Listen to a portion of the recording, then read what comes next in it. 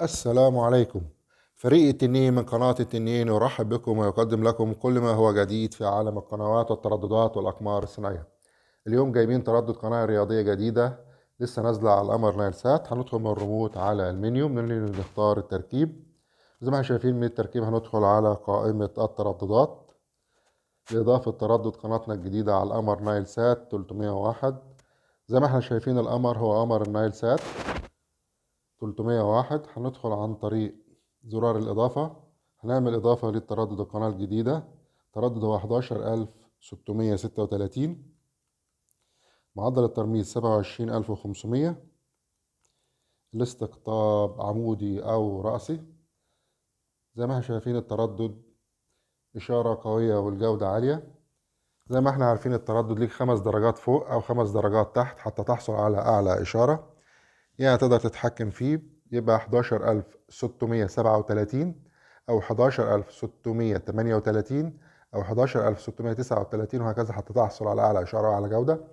أو تنزل 5 درجات تحت يبقى 11635، 11634، 11633 حتى تحصل على أعلى إشارة وأعلى جودة.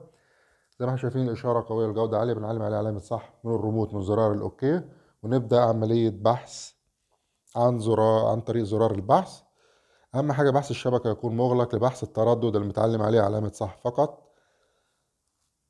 نوع القناة جميع القنوات. الحين بيبدأ يبحث لنا التردد 11636، معدل الترميز 27500، استقطاب عمودي.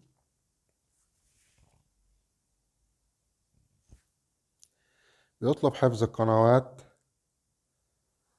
نقول له أوكي.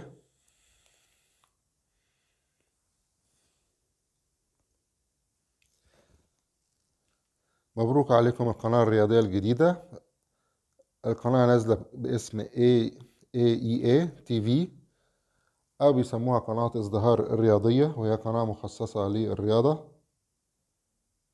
زي ما شايفين تردد القناة 11636، معدل الترميز 27500، استقطاب عمودي أو رأسي. القناة نازلة بجودة ال HD.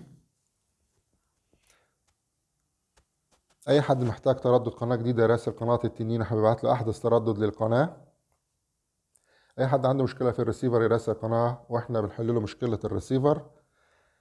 أي حد عنده ريسيفر محتاج تحديث يراسل القناة، احنا بنبعت له أحدث سوفت وير للريسيفر. انتظر مفاجآت قناة التنين في الأيام القادمة. وشكرا لمحبي ومتابعي قناة التنين، برجاء تشير الفيديو لانتشار قناتكم قناة التنين.